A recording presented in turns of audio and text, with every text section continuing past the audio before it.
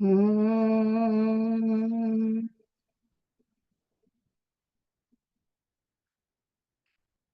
Mm.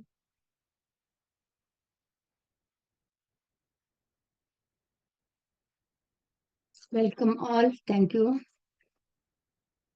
Today we are completing Shatkam 1, that is section 1. Bhagavad Gita has got 3 sections. First one is Karma Yoga. Second, which is chapter 1 to 6.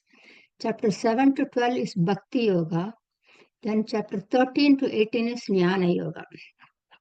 So we are in chapter 6 today. So in these days of challenges that we see around us, it is very important to keep our mind very calm. So many things are happening, and we are all, general public, they are all anxious, worried, scared because they have families and friends around the globe. So let's focus on what Krishna is suggesting. Chapter 6 has got 47 verses. In chapter 6, unlike all other chapters, we will go back and forth with verses instead of chronological order. This chapter covers 3 points. Introduction to meditation. What is meditation? What are the features of meditations? What are the benefits of meditation in a step-by-step fashion? Meditation is a popular word and it is a billion-dollar industry around the globe. But many are not aware of what it is. What is meditation? How to do it? Why do I meditate? And what are the prerequisites for meditation? What do I meditate on? People are not aware. In fact, I have also taken meditation classes 20 years ago for 1 hour meditation, 2 hours meditation, but I used to come back with headache because I didn't know the full process.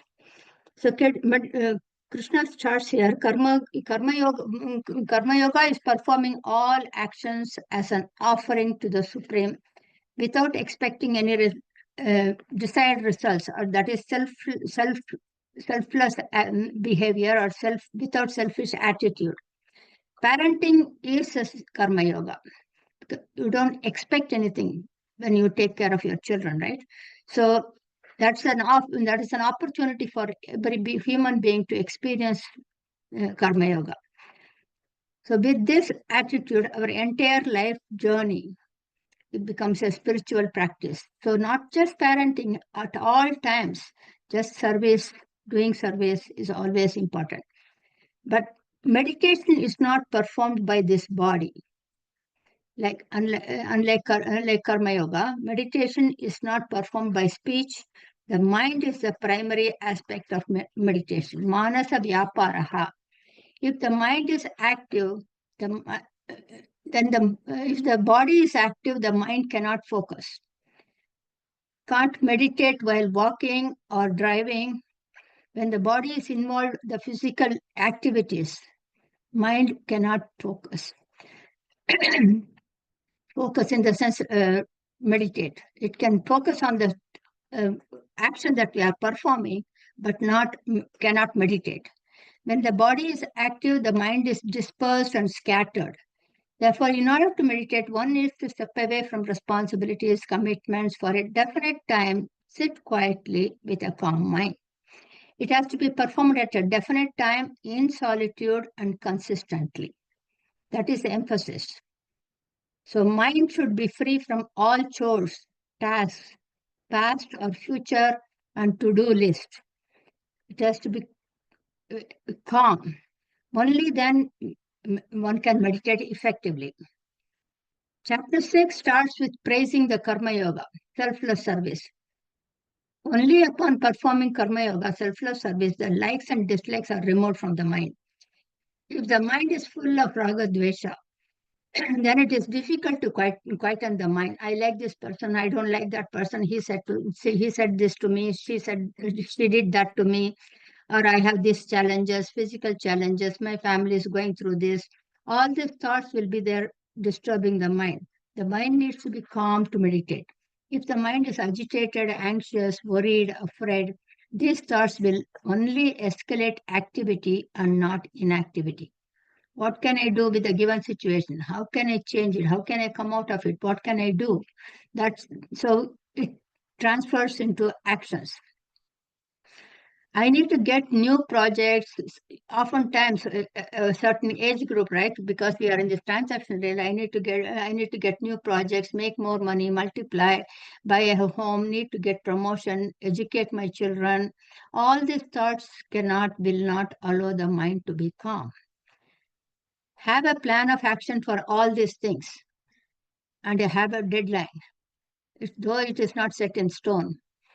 And then you are sure, then now you can focus on meditation, on your mind. Only when one has lived karma yoga attitude becomes eligible for meditation. 1 minute, there is a message. Okay. So verse 1 and 2, he says, one who performs one's duties without expecting anything in return, Krishna says, one who is not leaning on the results of the actions. That's what it means. Is a sage, is a saint, is sannyasi. He praises that individual. Do it because it must be done.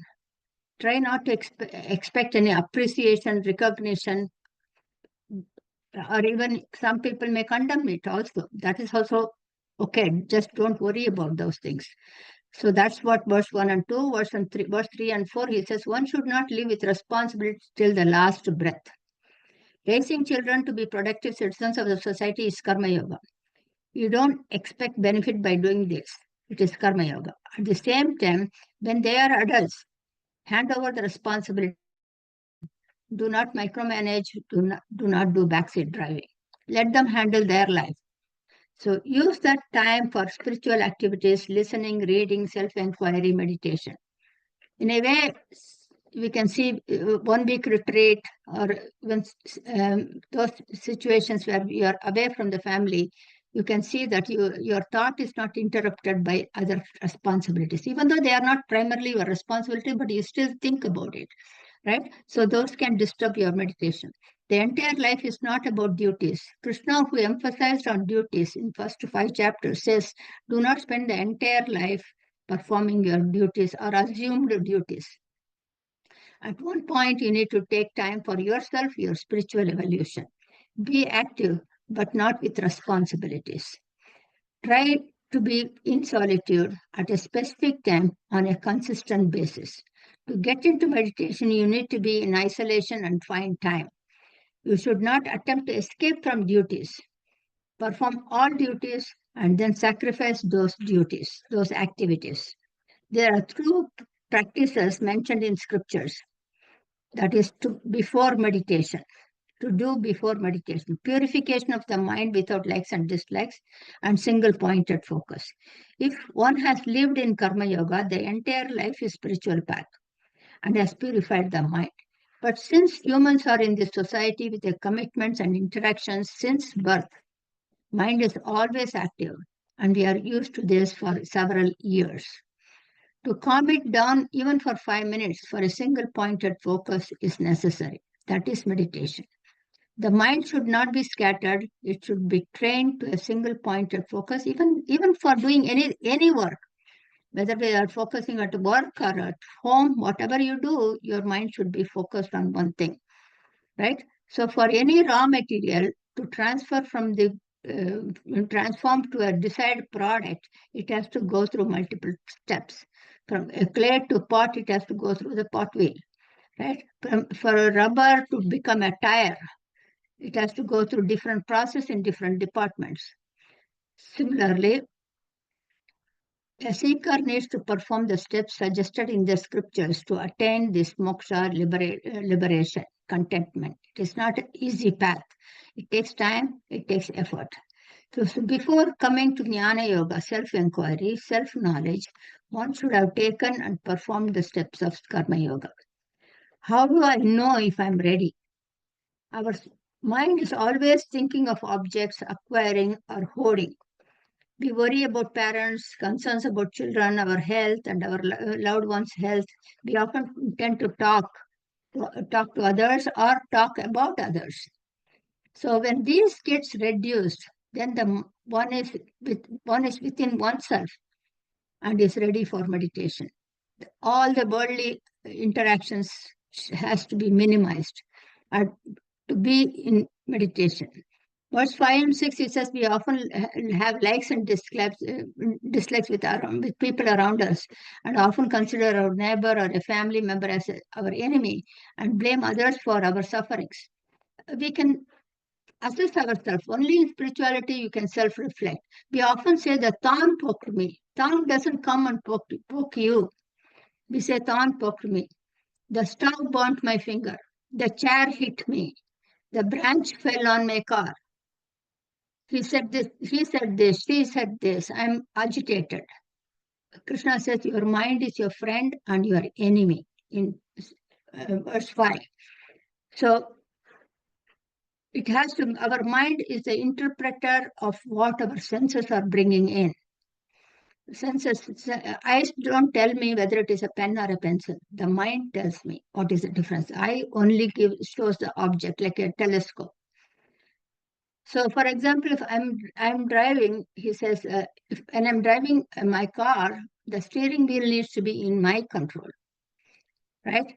Then the car is in my control, and it is my friend. So also our mind should be in our control. It is a tool. So that is why this meditation is recommended to bring the mind in your control. Krishna emphasizes that it is up to you in verse 6 to raise yourself. You are the product of your choices. If the mind is in your control, meaning you direct what to think and what not to think, then it is your friend. Or else it is your enemy and you are a slave to your mind. Your mind will take you anywhere and everywhere. That is why we call mind is a monkey, It keeps hopping. So in chapter 6, he is introducing intro to meditation. What is meditation? Benefits of meditation. Meditation is of two kinds. He divides into two.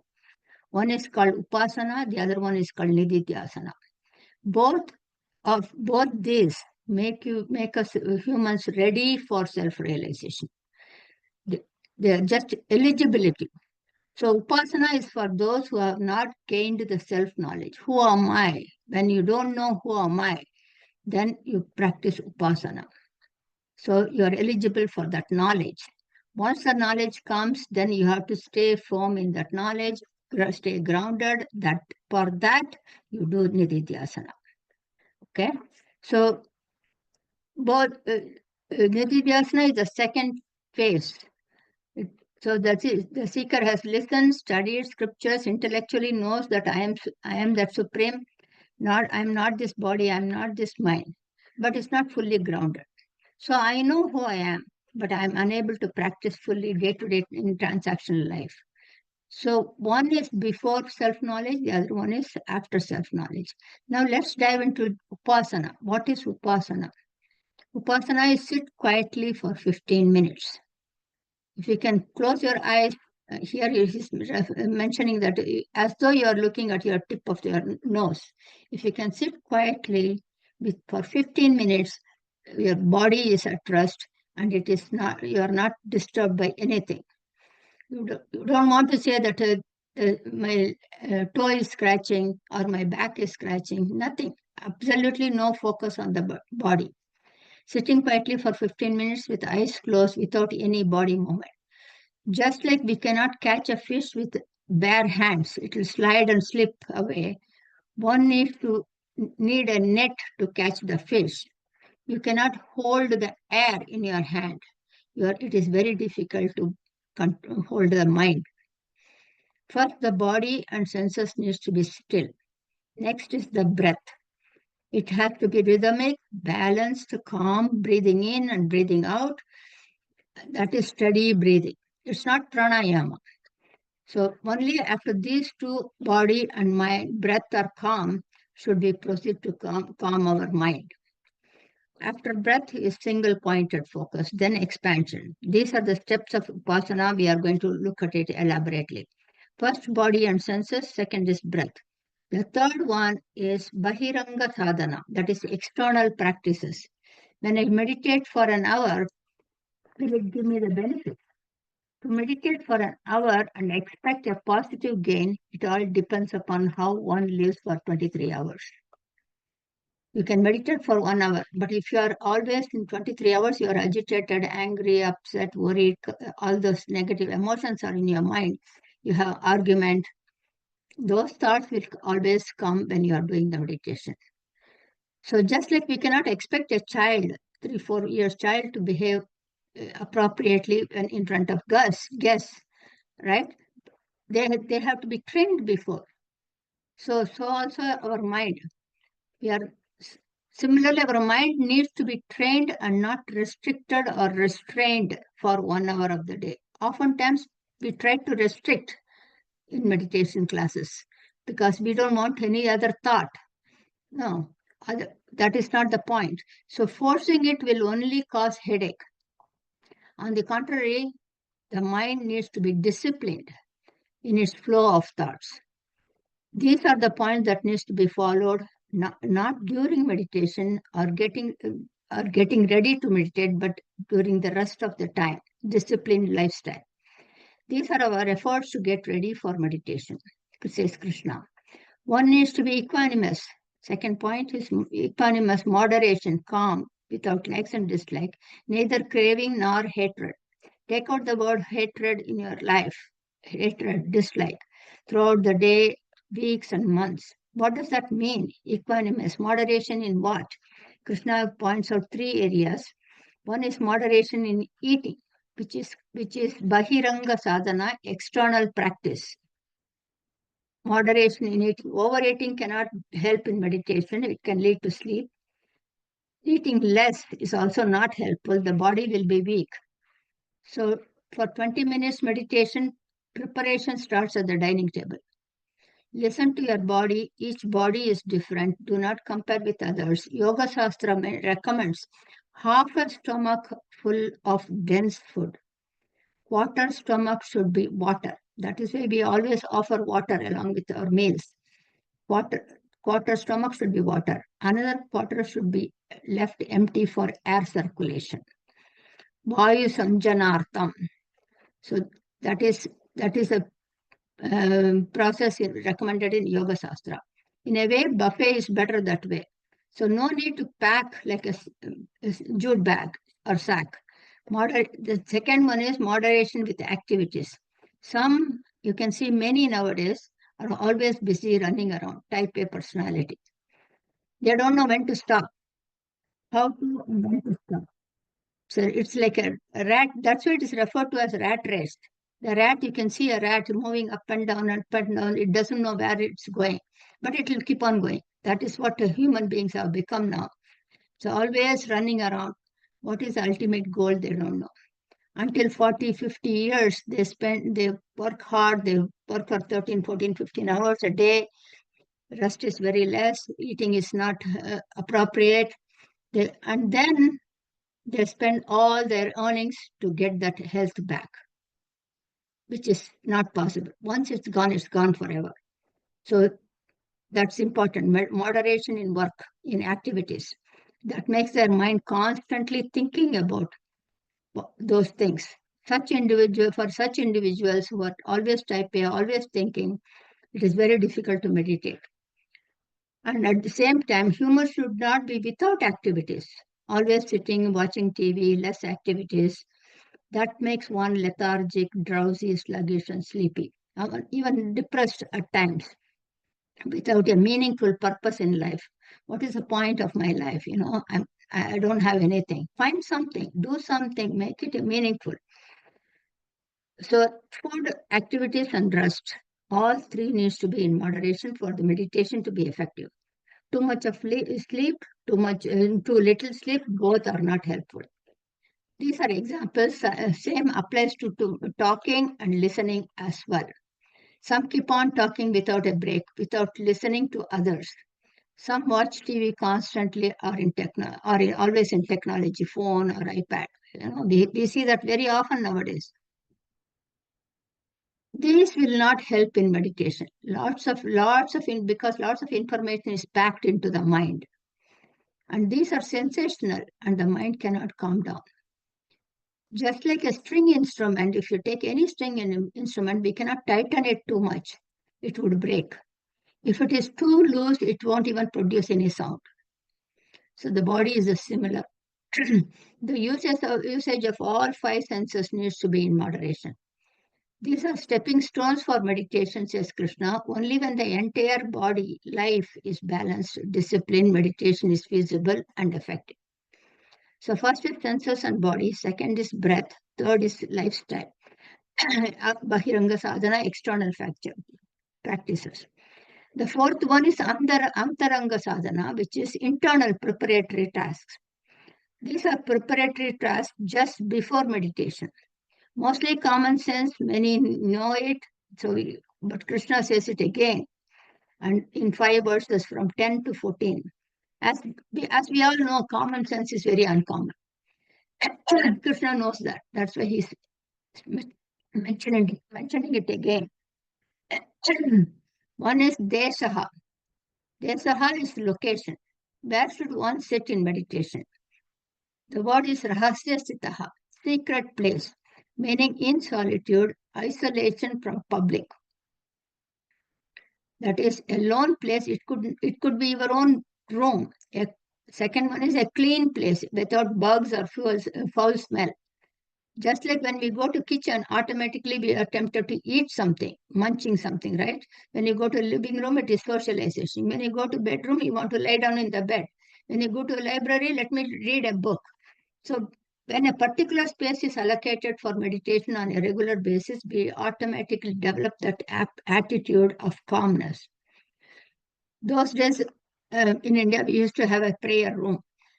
So the moment you go into that, you automatically, your mind is calm and focusing. Now you put the deities on a shelf in the kitchen. So it's different. So you want to have a specific place for meditation. You should be sitting, that is the next one, you should be sitting or, on a level ground. That is where to sit, verse 11. You should be neither in a higher position or a tree or a slab or a lower position underground. You don't want to get distracted by the thought that you could fall or something could fall on you. The focus is on the mind, not body. Then the next one is time, kala. There is no definite time specified. You can meditate at your convenient time, but the scriptures suggest early in the morning between 5 and 7, after a good night's sleep, before the day's interaction. But if you go to bed like about 12 or 1, it is difficult to wake up at 5. So if you meditate, that is why in early, when I was little girl, they say early to bed and early to rise is healthy, wealthy, and wise. So I read it in first grade. But now we don't see that often. But this is all for our own information, so we can detour.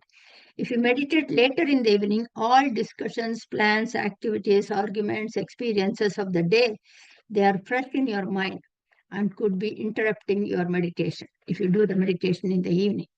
And it's difficult to replace them with silence. At night, they all dissolve in sleep, and it is a clean slate when you wake up. Now, how long should I meditate? Consistency is important than length of time. Quality is better than quantity. Full focus is necessary. That is number 2. Number 3 is asana, sitting. Yoga, there are several positions to sit, like in the Yoga Shastra, they call about Padmasana, Sukhasana, Vajrasana, all those things. So here, this is a posture. So your sitting should neither be place and posture. Your sitting should neither be soft on a pillow or a hard on a wooden plank. Either early rishis used deer skin or tiger skin to sit to prevent ants, snakes, insects, scorpions crawling into their feet and harming the meditating yogis. But today we can use mats. In today's situation, mats are fine. So posture, one should be seated, not standing or lying down. We can see some people stand on one foot and then try to meditate. Again, if you never sat on the floor for 30, 40 years, it is difficult for you to sit because we have lost that habit of sitting down on the floor, right? So we want to make sure. So Yoga Shastra says Stiram and Sukham, meaning that which is comfortable to you. A firm one without any pain. So it's not exactly telling how to sit, but or where to sit. Just a firm one, but whatever is comfortable to you. Even chair yogas nowadays. So focus is on the mind. Meditation is to be focusing on the mind. So the body needs to be upright. That is the head, neck, and the backbone. They need to be in alignment. That is one of the things. The next point is prana, breath. Now you have taken care of all the body functions. Now it is the prana. Breathing should be regular, steady, stable, even, and uniform.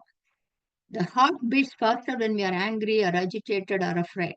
For the mind to be calm, the breathing needs to be steady. The mind and the breathing are interconnected, and the breath are interconnected. When the breathing is steady, the mind also calms down. We have seen this, we will see this in slides also. We go to the temple and then we walk Adi Pradarshana. We say, no, one foot together. That is calm. Your body, you're slowing down your body. So your mind will be calm. To calm down the mind, Ramana says, use this breathing, that is prana, as a net to catch the mind, which is like a bird. Then the anxiety and the agitations will go down. So after that, prana comes senses. Make sure that all the senses are not drawn out, they are drawn in. Eyes closed, because once you are sitting in a comfortable position with your posture, aligned posture, and your sitting, and if your eyes are not closed, you may probably see a cobweb on the wall. Then your thought will take you, oh, I need to clean this. I need to get that broom. Oh, today's store is closed today. I need to go to that store. So the thought will go from spider web to all over. So that is why it is recommended to keep the eyes closed. Ears cannot be closed. Therefore, go to an isolated place, quiet area. Even in our own room, we may hear birds chirping, cars honking. They won't disturb us. They are just a noise.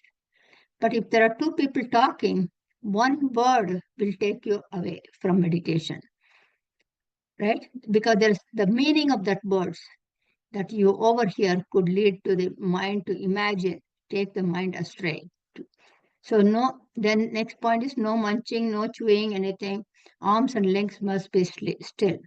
Verse 18 to 19, what is meditation? Why should I meditate? How should I meditate? What should I meditate on? So far, we have covered external preparation, internal preparation.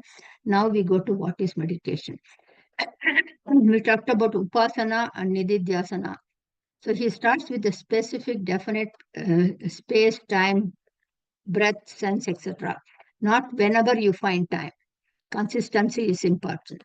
When you sit on meditation, once the lifestyle and preparations are done, the early things are done, now you start observing your mind. And here start the meditation. Early on, we are all trained our mind to go out. It has always been going out external. For most of our life, it's outbound always. We come home only to sleep. That's all, to use our bed. So do not expect to control the flow of thought as you sit for meditation. No suppression. Start observing the flow of thought. This is the most important first step. At this point, you are splitting your mind into two, the flow of thoughts and the observer of the flow of thoughts. Whether they are good or not, positive or negative, don't immaterial. You are splitting it into two. This should be done for a few days consistently. Just like we observe a waterfall or a flow of river, right? We should practice observing the thought flow. We are using the mind to quieten the mind. Now there is a mind that needs to be calmed down and a mind that calms it down. This could take 3 to 12 months for I and my mind to happen. The observing mind and the observed mind. Minimize the speed. Next point is once you start doing it, Then the next one is focus on minimizing the speed of flow of thoughts. Like some people are always fast walkers, some are slow walker. Doesn't mean that the person is lethargic. It is just natural. So when the body is slow, it helps the mind to slow down, right? So the gist is do not suppress the flow of thoughts. Observe the flow of thoughts for a few months. Keep the body still. Senses are not drawn out. Learn to be an observer. Be an observer for 15 to 20 minutes. Stabilize your breathing. This is referred to as relaxation meditation. Then calm down the intellect. Intellect, as we all know, is a decision-making faculty.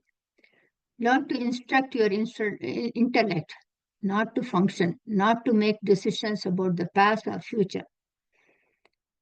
After a few months of relaxation meditation, now we move on to the next step of meditation, which is referred as japa. Japa is repetitive chanting of the mantra. Take the name of your family deity, Ishta Devata, and keep repeating it. That which you are used to. Often times in India, it could be Om Namah Shivaya, Narayanaya, Ganeshaya Namaha, whatever. It can be any name. Say this 108 times, 3 times. 108, 108, 108 in 15 minutes. Repeat it 3 times. Here the mind is brought to a single pointed focus. The mind is not looking at the body, senses, anything. It is just focusing on focus as a single pointed focus on that one mantra. No other thoughts interrupts it.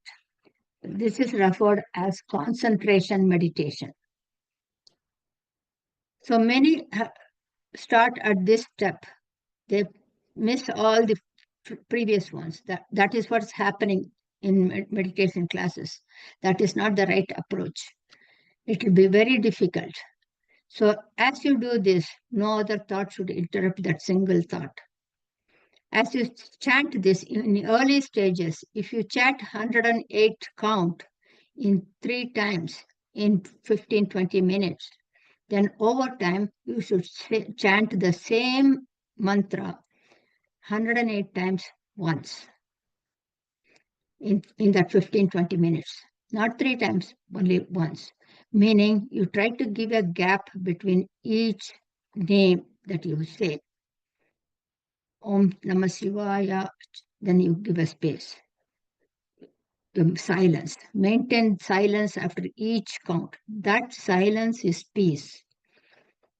That's the silence between the notes is the music. The silence between the words is the conversation. So chant, silence, chant, silence, chant, silence for 15-20 minutes. Try to elongate that silence. Whenever a different thought interferes during that silence, go back to chant. Repeat the mantra. That is a sacred utterance, whatever you are using. Focus is on the silence now.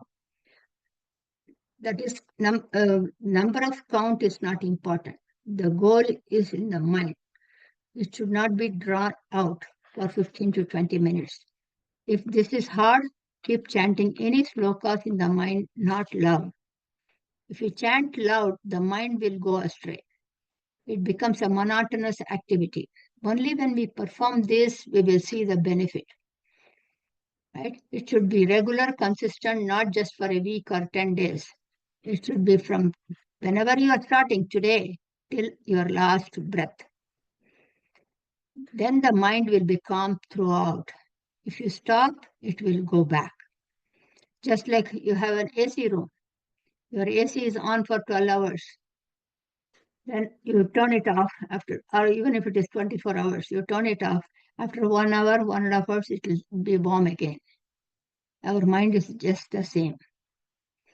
As long as you are doing this japa, this concentration pace, you will experience the inner pace. Any amount of studying, listening will not help the mind to calm down. These must be practiced. That is why they are DIY program, do it yourself program. No one else can do it for you. We can talk, we can study for 20 years, we can talk about it for hours together, but your mind will still be agitated. It's a challenge to start, but once you started, it will take you to bliss. 15 minutes consistency is the key. And wherever the mind goes, it will come back to silence automatically. So relaxation meditation, concentration meditation, these two come together 15 minutes each. So 30 minutes a day, both must be performed. Then the third type of meditation, which is followed by these two, is like pulling the weeds. As we attempt to develop good habits, the unwanted habits will also sprout without any effort. Studying scriptures and understanding is very good, but over the years, the superiority complex, the pride will take over. You can see that yourself, even though we may say, "Oh, I don't have that," others can see that. So you can see donations, charity, all these things are good, but then once you give, or even organization will encourage you, "Oh, I will put your name on the flyer. I will put your name on the steps or on the board, or I will welcome you for the anniversary celebration, put a garland on you and publicize on TV."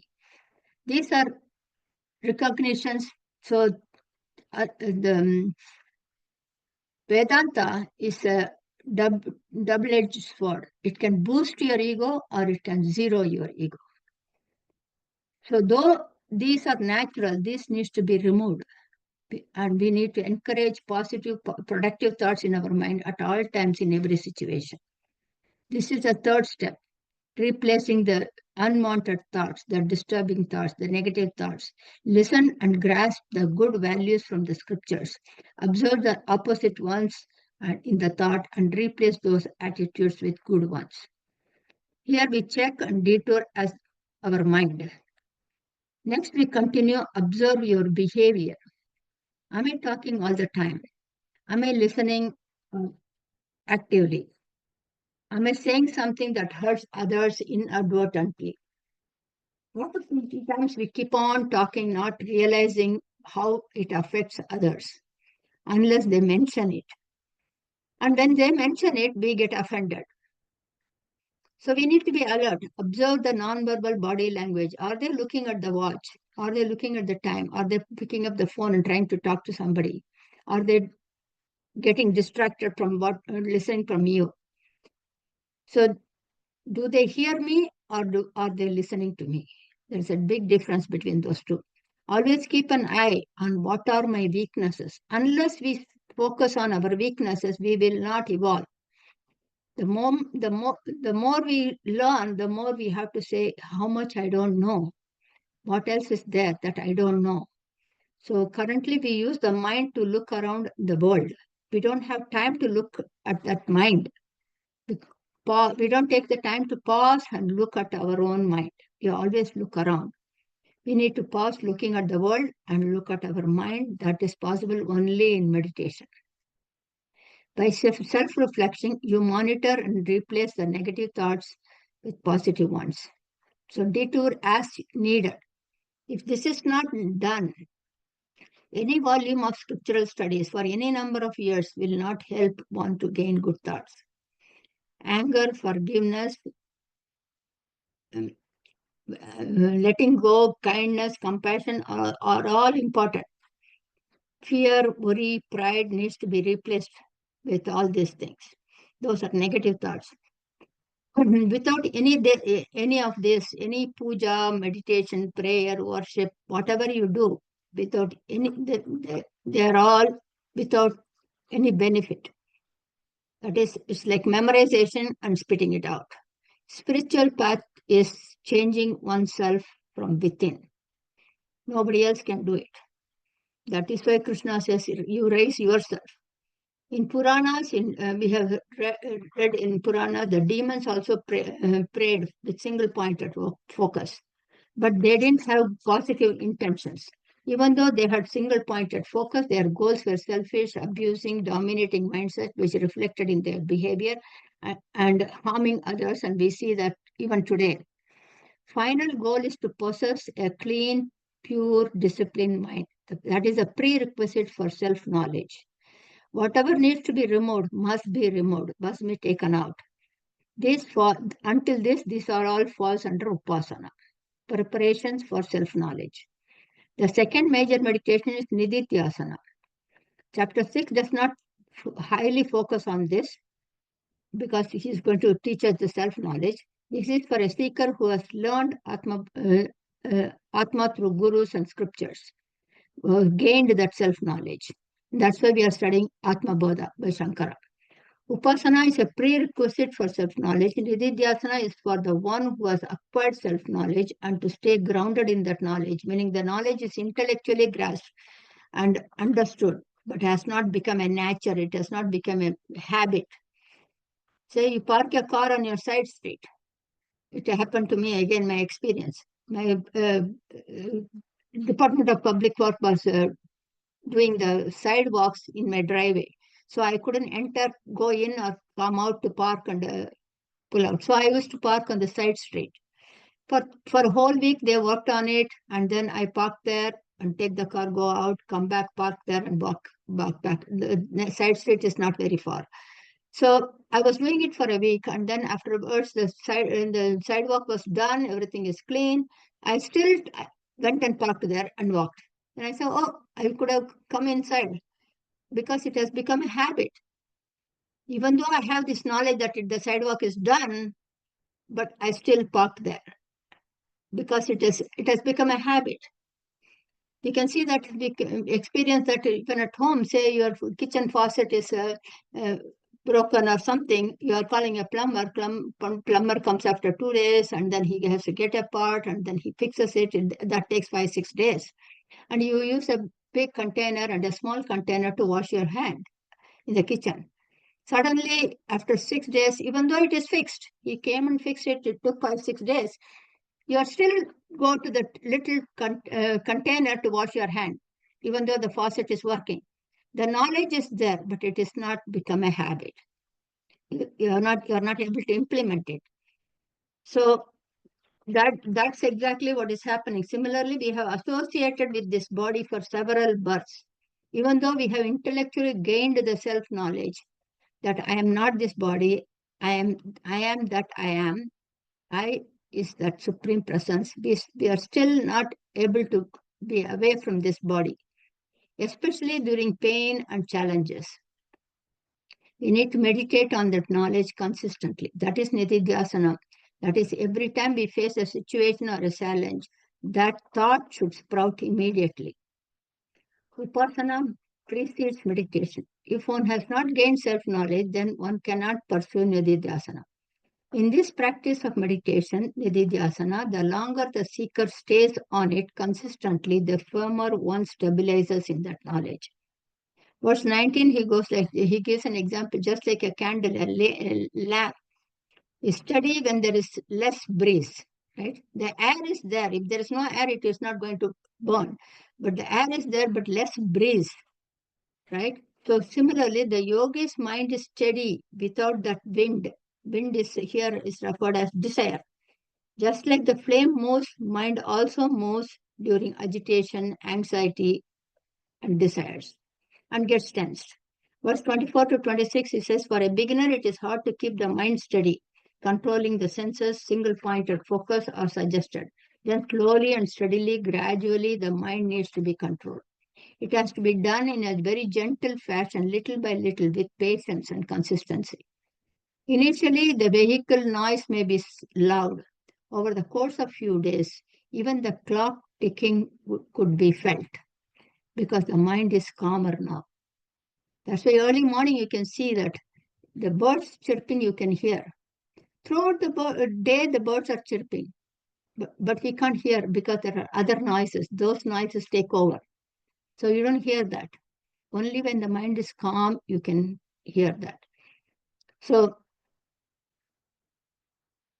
at that time, we need to, when the mind is calmer, at that time, we need to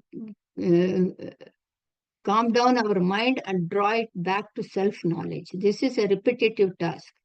Verse 18, 19, 24, 25, and 26. 5 verses he is giving the glimpses of Nididhyasana. Let's focus more in depth after chapter 13. So here he says, first was introduction to meditation, features of meditation, benefits. Next topic is what are the benefits of meditation. Here Krishna refers to the meditation of Nididhyasana. We have seen the benefits of upasana. Relaxation meditation calms the mind. Concentration meditation gives you single-pointed focus. Then the third one is replaces the negativity with the positive values. These are prerequisites for moksha. Now we can have a big bank balance, huge home, all wealth, army of servants, but without a pure mind, there is absolutely no use of any of this. Mental strength is the biggest wealth. Verse 7, 8, and 9, meditation on Atma, that is Nididhyasana, staying grounded. First benefit is the seeker is completely free from all bondages. Second is, what is a bondage? Who and what is binding us? Our own mind. All negativities in the mind binds us. In Sanskrit, it's referred as Ashtavarga.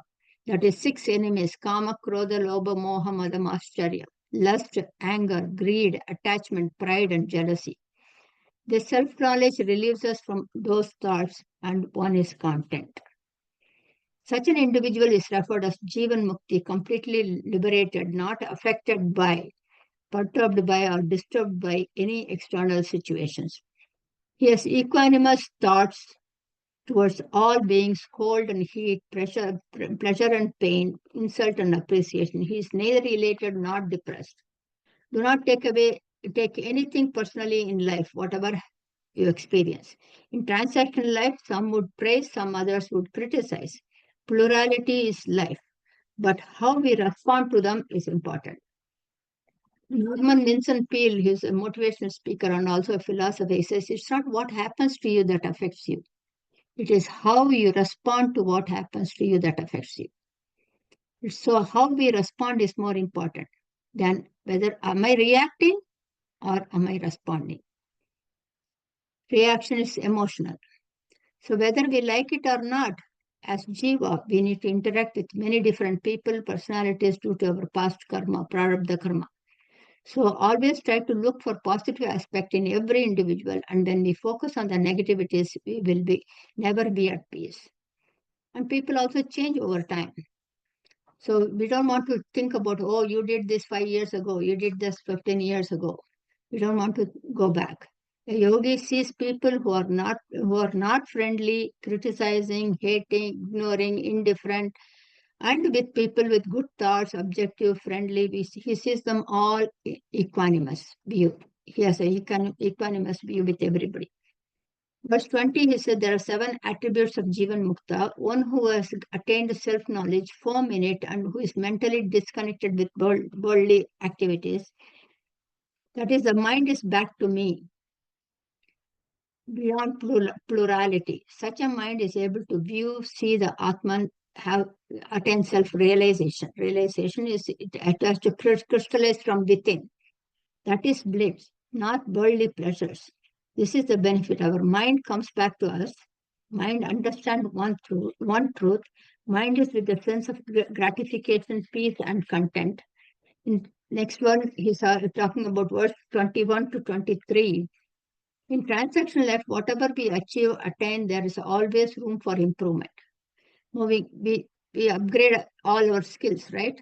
So for moving up, learning more, we keep expanding further. The periphery keeps expanding in any subject.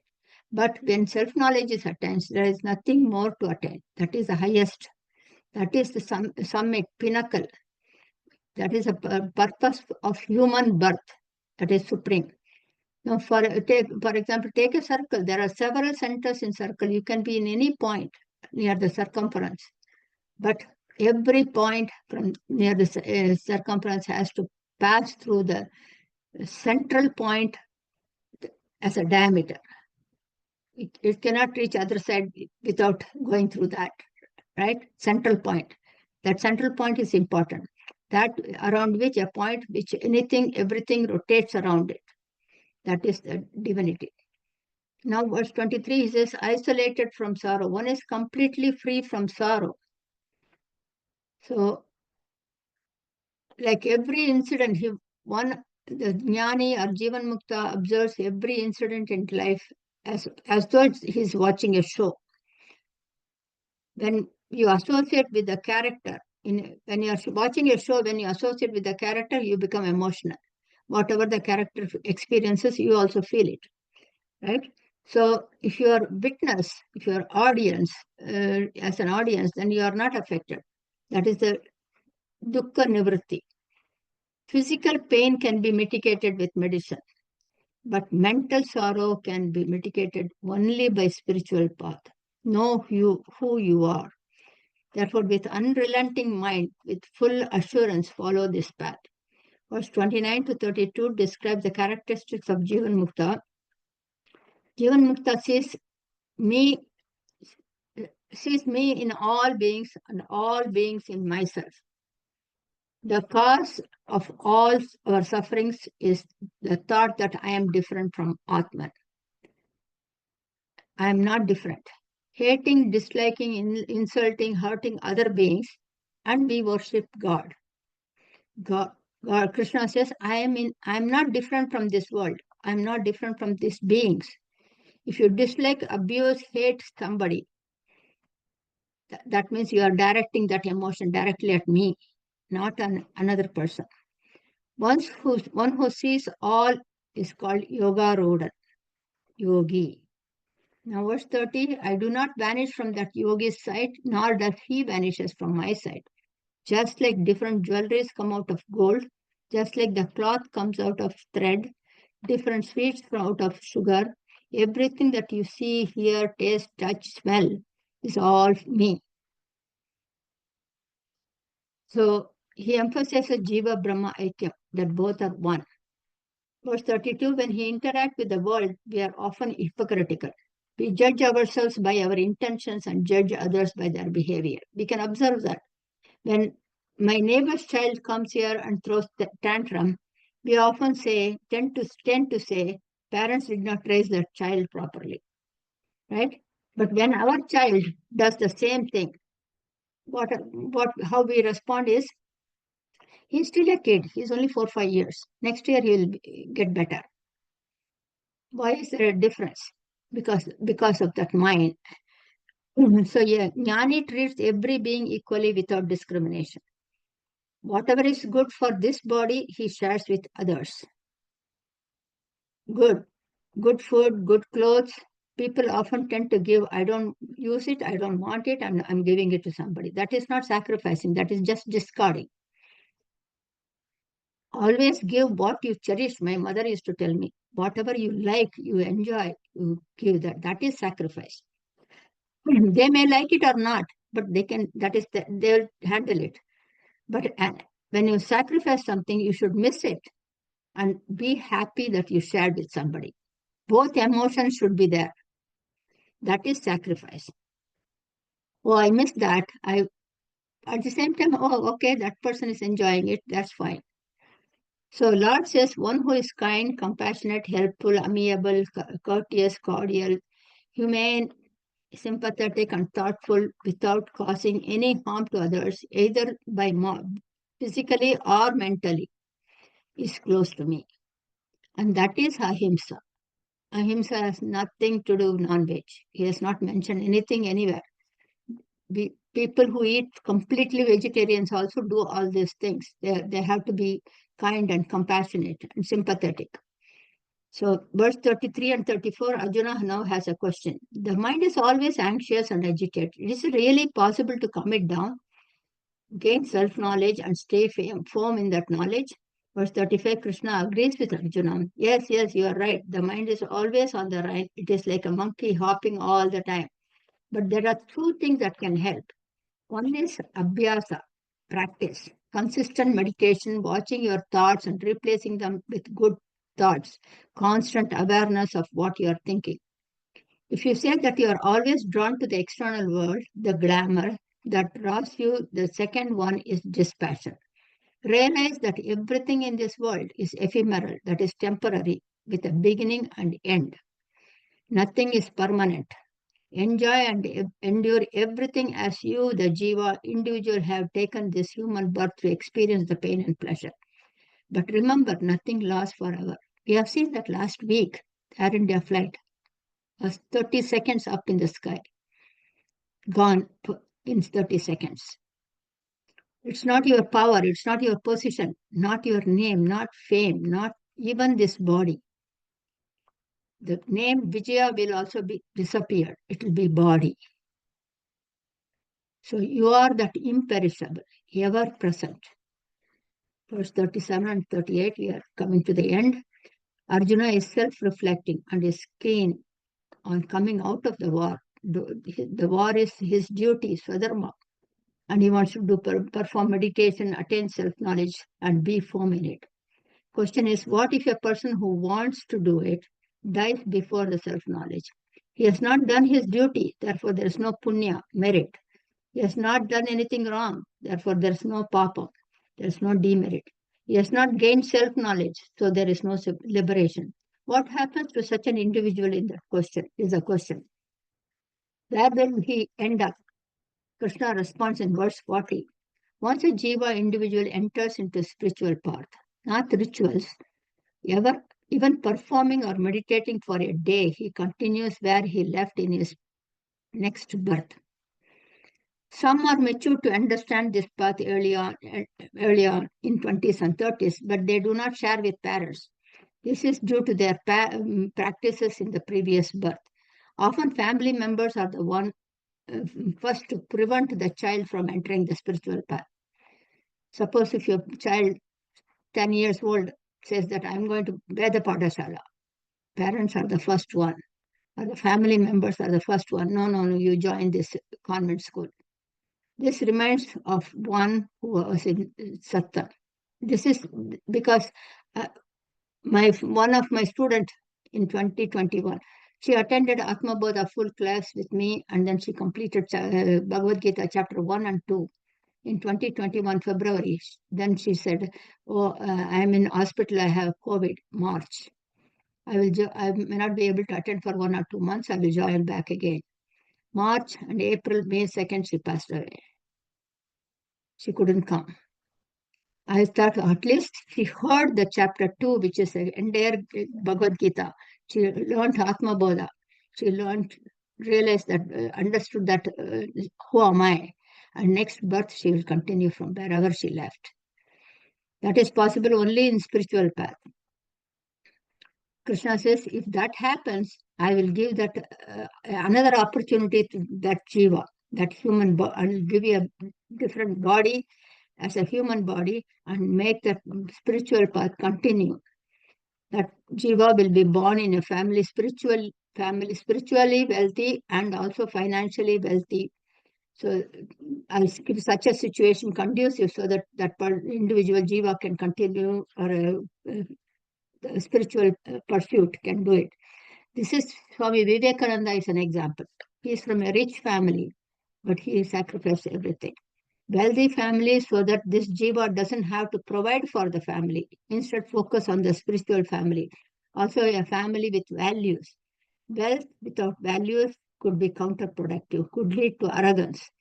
Effort will never go waste. Like a banana, you working all day, and suddenly sometimes it happens in my work when I used to work also. I don't know when I will have my lunch. I will have my breakfast. I will be at work before 7 o'clock. I don't know when I will have my lunch. So I always had a banana at my desk and some few almonds in my pockets. So you eat that will sustain for some time. So similarly, once you enter the spiritual path, whatever you learn, wherever you pass, once the body is shed, that will continue in the next birth. So effort will never go waste. So those who are in the spiritual path are the best, eminent, and distinguished, he says. So chapter 6 summary is for meditation, the external preparation, food, activities, and rest, moderation. What are the steps of meditation is Vipassana, relaxation meditation, concentration meditation, observing a flow of thoughts and replacing them. Benefits of meditation, equanimous, calm mind, ability for the mind to see the oneness. One is all and all is one. two disciplines that leads to self-realization is constant, consistent, regular practice, which is abhyasa. Dispassion, not drawn to the temporal glamour outside. Finally, Krishna emphasizes that there is no failure in spiritual path. Everything is fast forwarded to the future birth. With that, we go to the slides. We'll take another 5-10 minutes.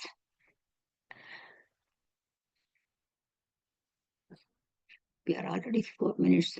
Okay.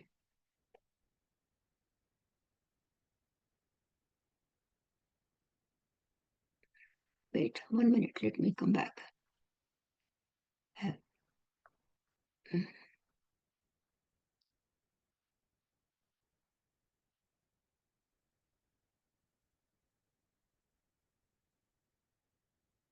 Yeah.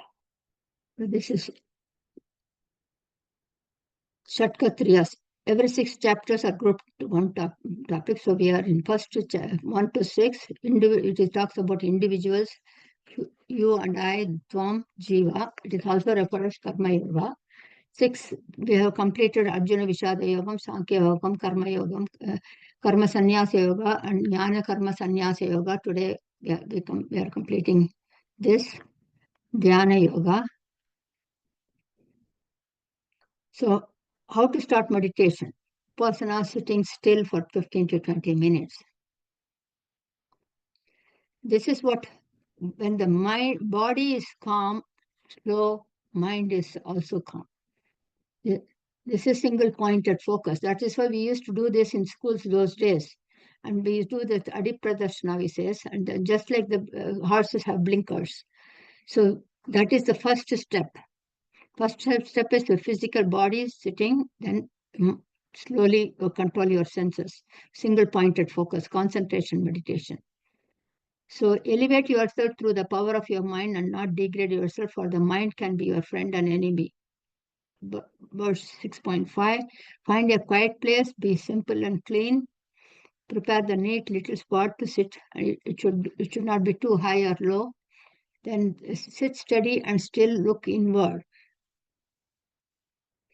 We have seen these portions, so they cannot focus on the mind because they will be afraid that something can come and bite me, or something, I can fall, I can slide. All these thoughts will be, the focus will still be on the mind. This is the suggested post. Okay. Observe your thought flow. There are so many things that keeps going inside. So mind full is anxious, stressed, heavy, distracted, rushed, worried, hectic, and overwhelmed. We call today, everybody is stressed and tensed. That is because mind is always full.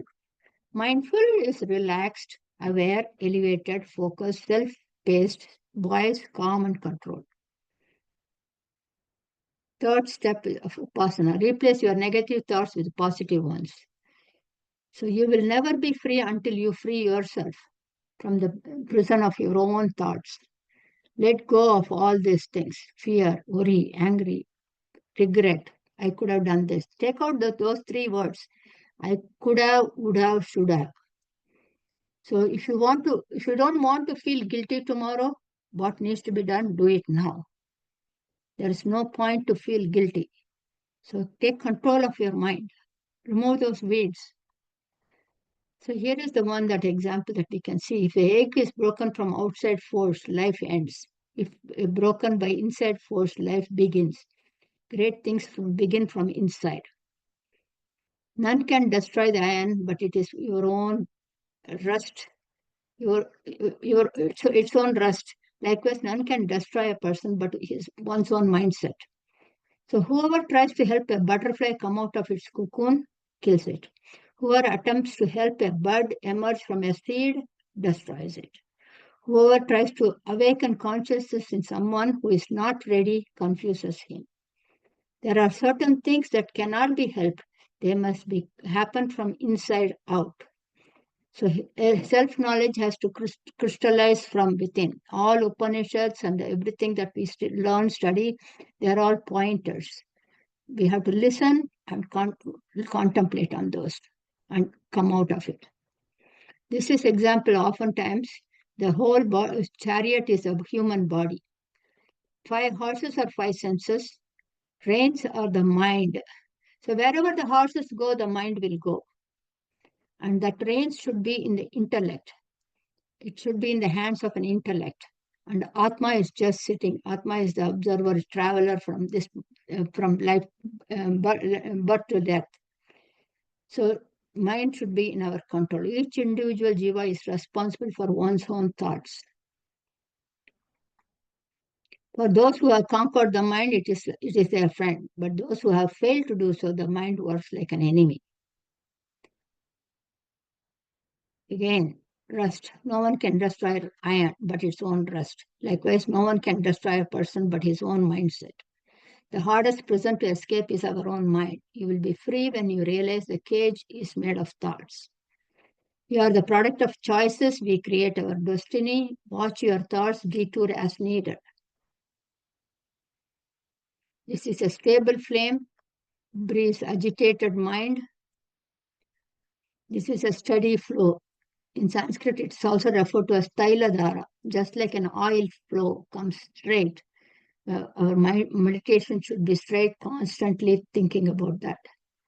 There are many centers. You may be rich here, you may be powerful here, you may have this high position, whatever, but everything has to go through the center point. Many centers in a circle, you can be in any position, place, status, stages in your life.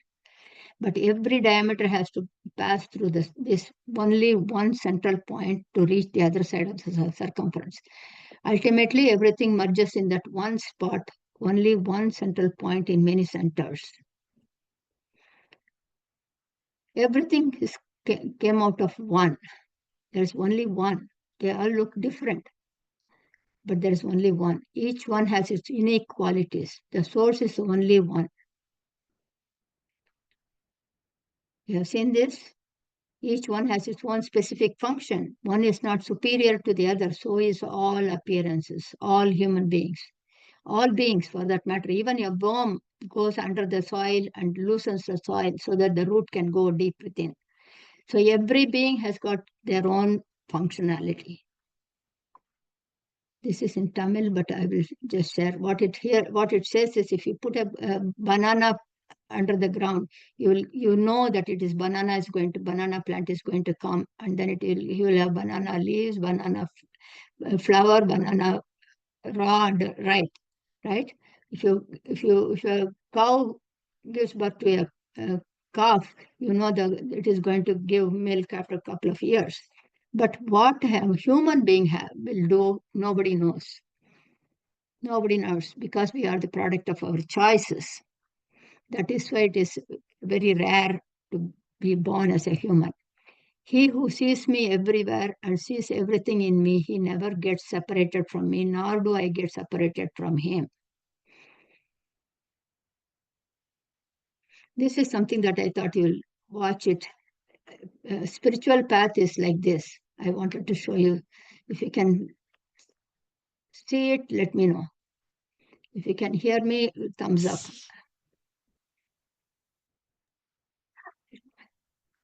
Yes. This is spiritual path.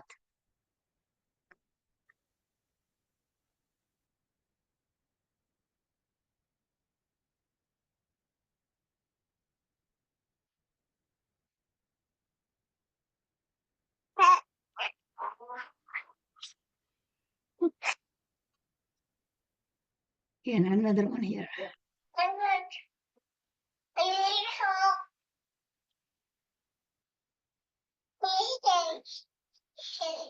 A little further. Here you go, Hannah. Good. You don't want to, but you need to walk. All right. Can you all see? So when did she turn 8 months? Just this month. On the first. Yes, mom, we can see. She's been walking a few weeks. Yeah. Yes, sir. Yeah. Yeah. Yay! Good job, Hannah. Good job, Hannah. Now put pass hand and clap. Now watch this.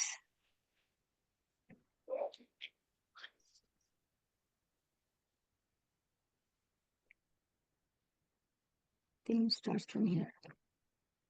starts from. The cow is just born. I think it starts at 52. Yeah, 52, yes.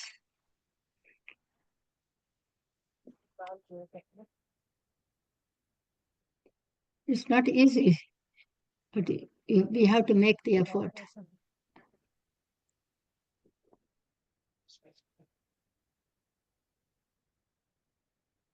Good, one more minute.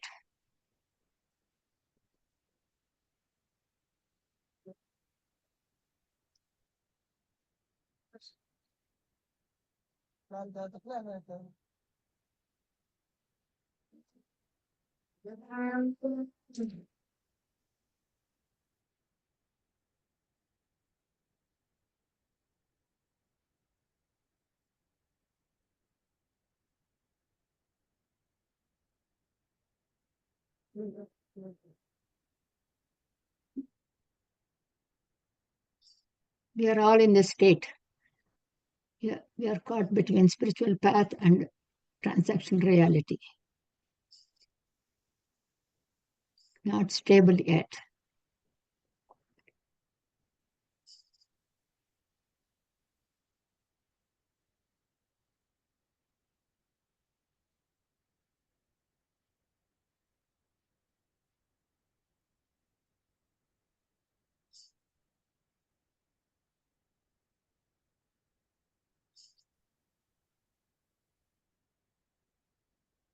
So, with that,